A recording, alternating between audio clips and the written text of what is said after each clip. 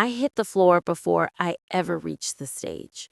One moment, I was walking toward my master's degree. The next, I was staring up at ceiling lights while voices blurred around me.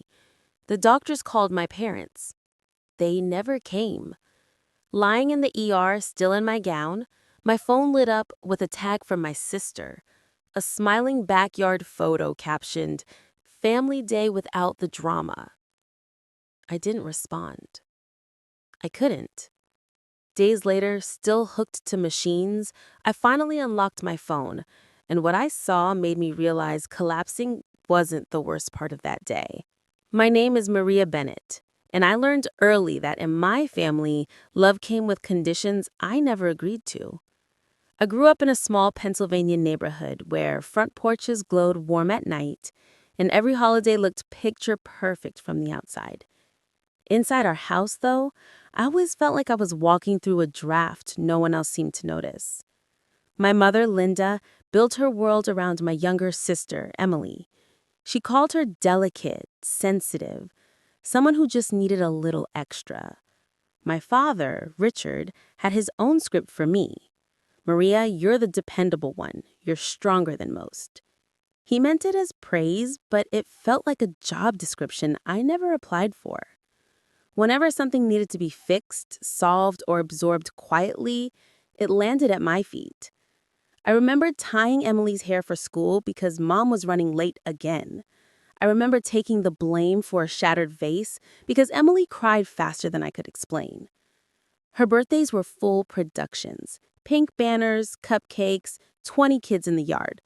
Mine were quiet affairs with a small cake on a paper plate, a promise they were too tired to keep.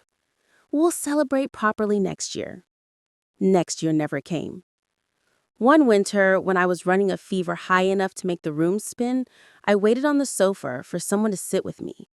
Instead, Mom zipped Emily into her recital costume and Dad asked me to be a good sport while they rushed out the door. The house dimmed as evening settled, and I lay there listening to the heater clicking, trying not to cry because I already knew no one would hear me. That was the rhythm of my childhood. Emily receiving softness, me receiving expectations, and somewhere in that rhythm, I learned to equate silence with strength. Leaving for college in Boston felt like stepping into air that actually moved. I worked 2 jobs, studied late nights, and built a life that belonged to me for the first time. Still, the calls from home trailed after me like a long shadow. "We're behind on the electric bill. Emily's card is maxed out. Your sister needs help this month." And every time I sent what I could, sometimes what I couldn't, because that old line, "You're strong," still lived under my skin, whispering that my needs came last. Boston also gave me people who noticed things my family never had. Jenna, the coworker who'd shove a cup of soup into my hands and tell me to stop apologizing for being tired. Mark, who frowned when I swayed during a shift change.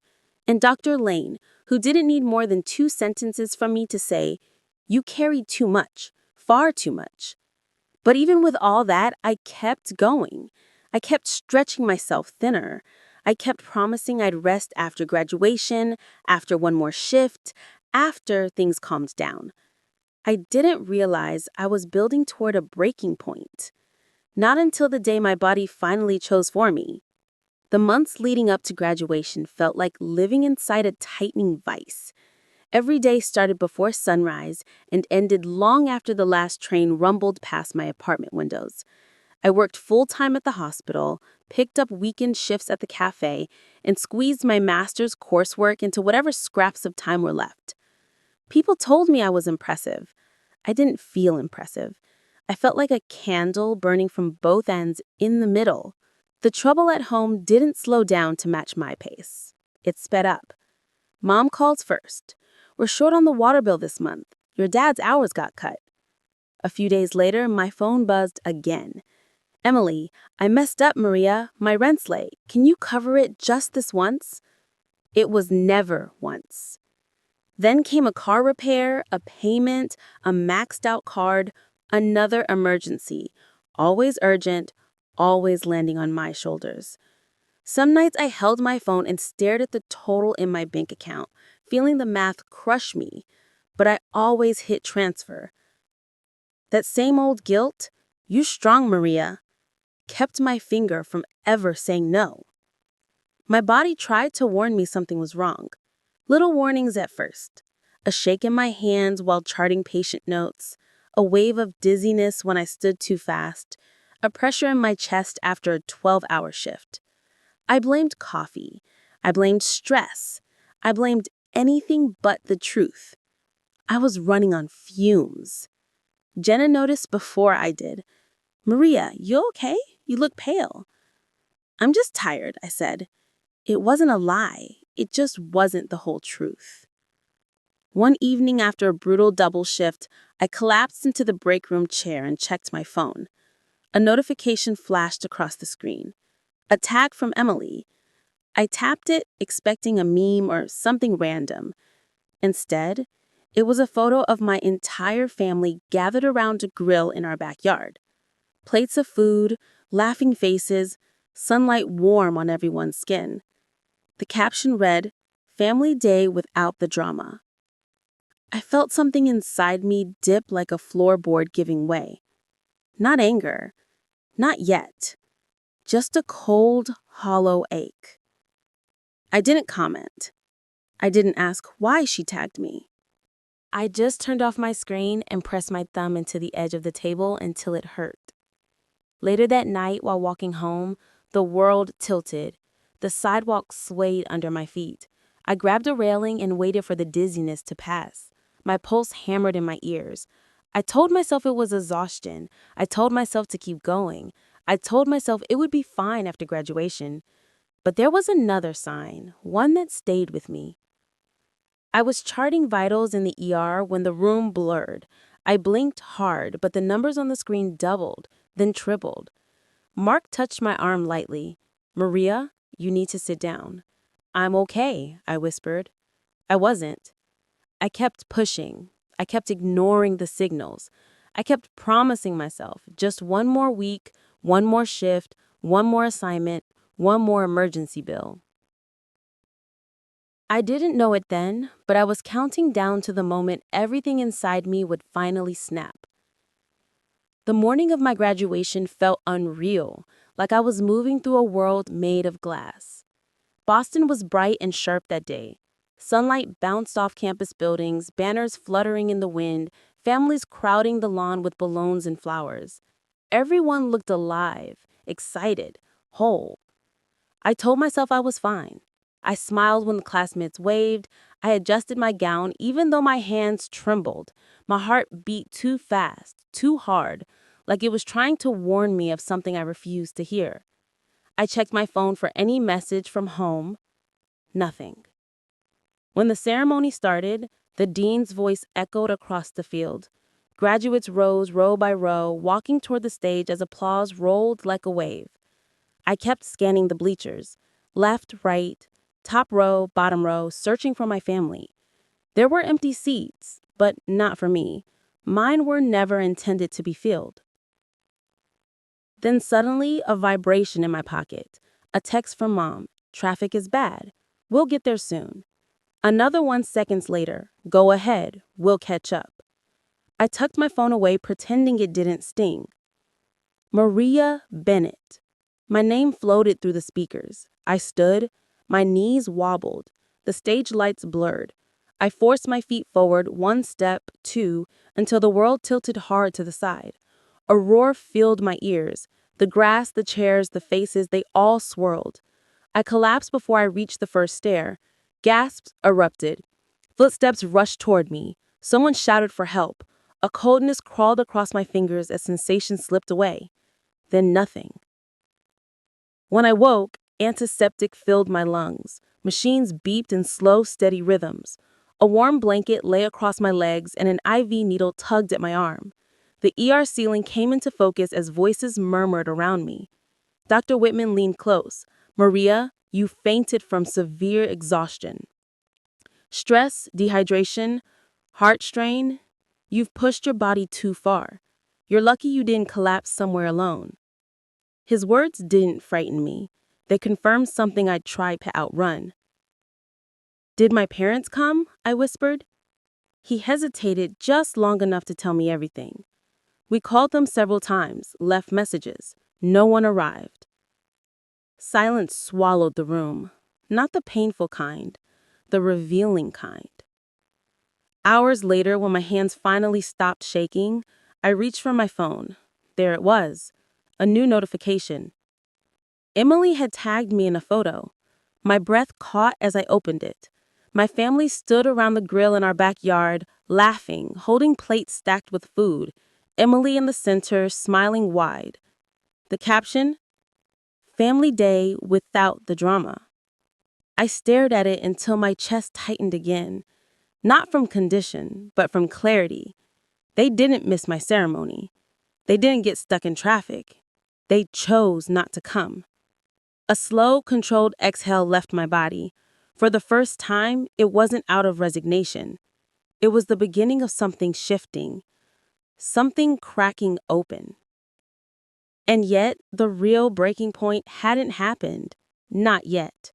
Not until days later, when my strength was still failing and my phone lit up with 75 missed calls from home. The first thing I noticed was the vibration. Soft at first, then relentless buzzing against the metal side table like it was trying to shake the room awake. I'd only been home from the hospital for a few hours. Still pale, still dizzy, still moving like someone whose body didn't fully trust her anymore. Boston's evening light filtered through my blinds, soft and gold, brushing over the stack of discharge papers beside my bed. Buzz, buzz, buzz. I ignored it until it became impossible. When I finally grabbed my phone, the screen nearly blinded me. 75 missed calls. Mom, Dad, home, Emily, over and over, like a chant. My stomach knotted. Not fear, not guilt. Something colder. I didn't call back. Not yet. Instead, I scrolled. The messages loaded in waves. "Why aren't you answering? This is serious. Maria, pick up. You can't just disappear. We need you now. Emily is in trouble." I exhaled slowly. Of course it was about Emily. It was always about Emily. But when I reached the earlier messages, the truth twisted sharper. They hadn't tried contacting me during the collapse, or the ER stay, or the silence afterward. No, they only cared once their problem reached my doorstep. I scrolled further. A photo from Dad, a screenshot of a bank notice, another blurry papers, bills, payments, a loan, a large one. My eyes froze. My name was on it. My signature. Except it wasn't. Not the way I signed. Not the curves I controlled. A scan. An old one. The one I used years ago on a rental form back home. They'd copied it. I felt my breath catch. But instead of panic, something startlingly steady rose in me. They forged my name, and now the bank wanted my confirmation. Without it, the loan would fall back on them. Their property, their accounts, their mess. And they knew that. That's why they were calling. I wasn't their daughter in that moment. I was leverage. I didn't respond. Not yet. Instead, I texted one person. "Can you come over? I need you." 20 minutes later, Jenna walked into my apartment with takeout soup and the kind of presence that steadied a collapsing world. Her eyes scanned my face, my posture, my shaking hands. What happened? I handed her my phone. She read in silence, her jaw tightened. "Maria, this is serious. They can't do this to you. This is fraud." The word hit me like a bell, clear, undeniable. Fraud. The thing I'd been too conditioned to name. Jenna sat on the edge of my bed. "We're not letting them trap you again. Not this time." She helped me open my laptop. We pulled up the messages, the papers, the timelines, and for the first time in my life, I didn't defend my family, or excuse them, or rationalize. For the first time, I let the truth stand. "They used me," I whispered. They always have, Jenna replied softly. Later that night, still weak, still aching, I joined a video call with a financial attorney she recommended. I held my phone with both hands so it wouldn't shake. When he saw the documents, he sighed heavily. This is unauthorized use of your information. You don't owe them a single dollar. What they did is illegal. Illegal. There it was, cold and blunt. I felt something in my chest loosen, like a fist finally opening. The attorney walked me through my options, steps, protections, boundaries I didn't know I was allowed to have. Then he said, if they contact you again, tell them you're aware of the forgery and will not participate. The words terrified me and freed me. When the call ended, I sat there, surrounded by silence and new air. Jenna squeezed my hand. You're not alone. For the first time, I believed it. The next morning, the sun barely risen, my phone rang again, my parents' number. Jenna nodded at me. Speaker, I answered. Mom's voice exploded through the phone. Maria, finally! Do you have any idea how stressed we've been? Why didn't you answer? I leaned back on the couch, steadying my breath. I was in the hospital, I said calmly. A beat. Silence. Then Mom cleared her throat. Well, yes, but Emily is in a crisis, and we need you to focus. There it was, the truth uncloaked. Dad's voice boomed next. You need to call the bank today. They won't talk to us without you. Your sister's future is on the line. I didn't flinch. Dad, you used my signature without my permission. A long, suffocating pause. Mom jumped in. We only did it because you're responsible. You can handle it better than Emily. Stop being dramatic. Jenna's eyes widened at that word, dramatic. The same word Emily used in her photo caption while I lay in the ER. I swallowed, but my voice stayed level. I'm not signing anything. Dad snapped. Excuse me? I'm not signing, I repeated. I'm not covering the loan. I'm not fixing this. You have to, Mom shrieked. We could lose everything. Maria, think about your family. I closed my eyes. I did. My whole life. Dad's tone hardened, sharp as metal. If you don't help, we're finished. Jenna leaned toward me, whispering, say it. And I did. I spoke to an attorney. What you did is illegal. If you continue contacting me about this loan, I'll take legal action. The silence that followed felt bottomless. Then Dad growled, You're threatening us? I'm protecting myself. Mom's voice cracked, shifting from anger to pleading. We need you, please. A year ago, that would have broken me.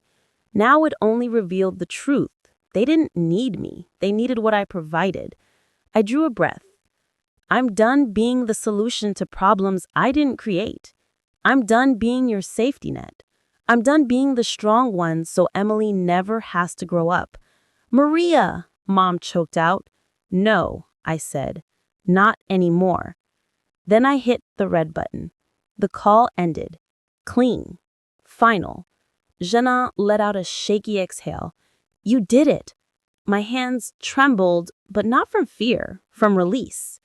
That afternoon, I spent hours removing myself from every account, every automatic payment, every shared bill. I called companies, closed access, reset passwords, documented everything. Each step felt like cutting a new thread that had tied me to a life built on obligation. By sunset, for the first time in 27 years, I was free. I stood by my window, the city glowing under the purple sky, and whispered a truth that tasted like oxygen. I'm not their answer anymore.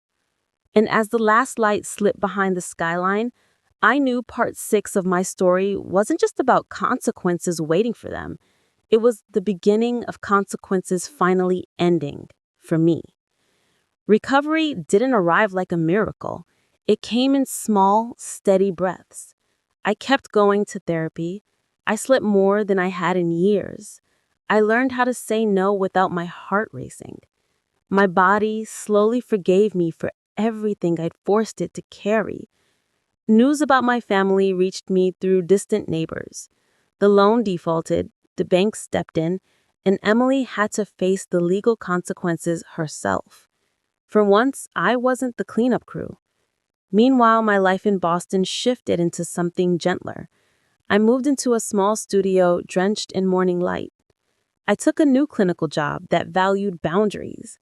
Jenna became my emergency contact, my real family in every way that mattered. One evening, walking home past blooming trees, I realized my chest felt light. I wasn't waiting for another crisis. I was finally living my own life. I sometimes think back to that day on the graduation stage, the moment my body made the decision my heart was too afraid to choose. It forced me to stop, to see the truth, to walk away. And now, standing in my own life, surrounded by people who show up without being asked, I understand something clearly. Choosing yourself isn't selfish, it's survival. If this story touched something in you, share your thoughts in the comments. And if you've ever rebuilt your life from the ground up, you're not alone. Hit subscribe so you don't miss the next story.